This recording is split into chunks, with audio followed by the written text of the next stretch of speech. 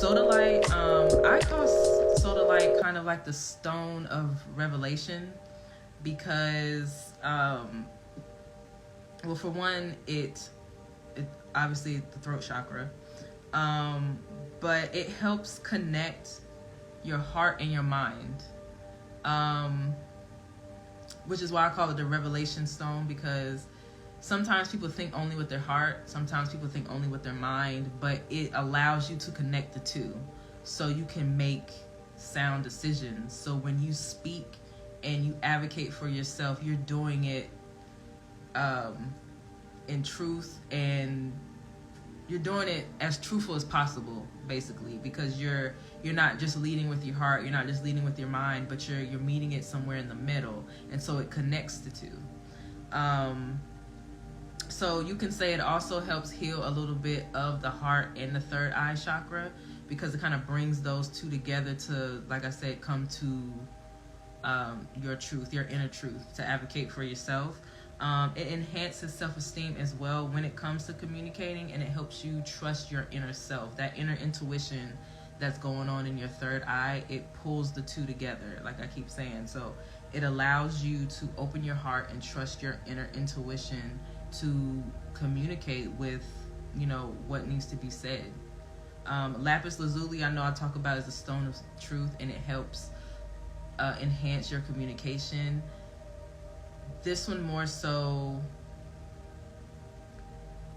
it's not about enhancing, it's more about trusting yourself. Lapis is more about finding the words to say. This one is more about trusting yourself to say the words.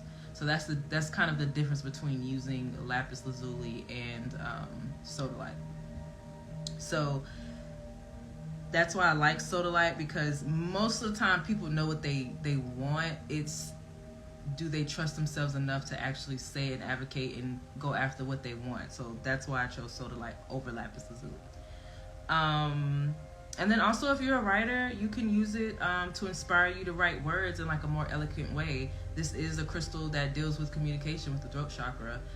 It will allow you to write in a more poetic and thoughtful way. It can also enhance the way you speak in a more poetic and thoughtful way.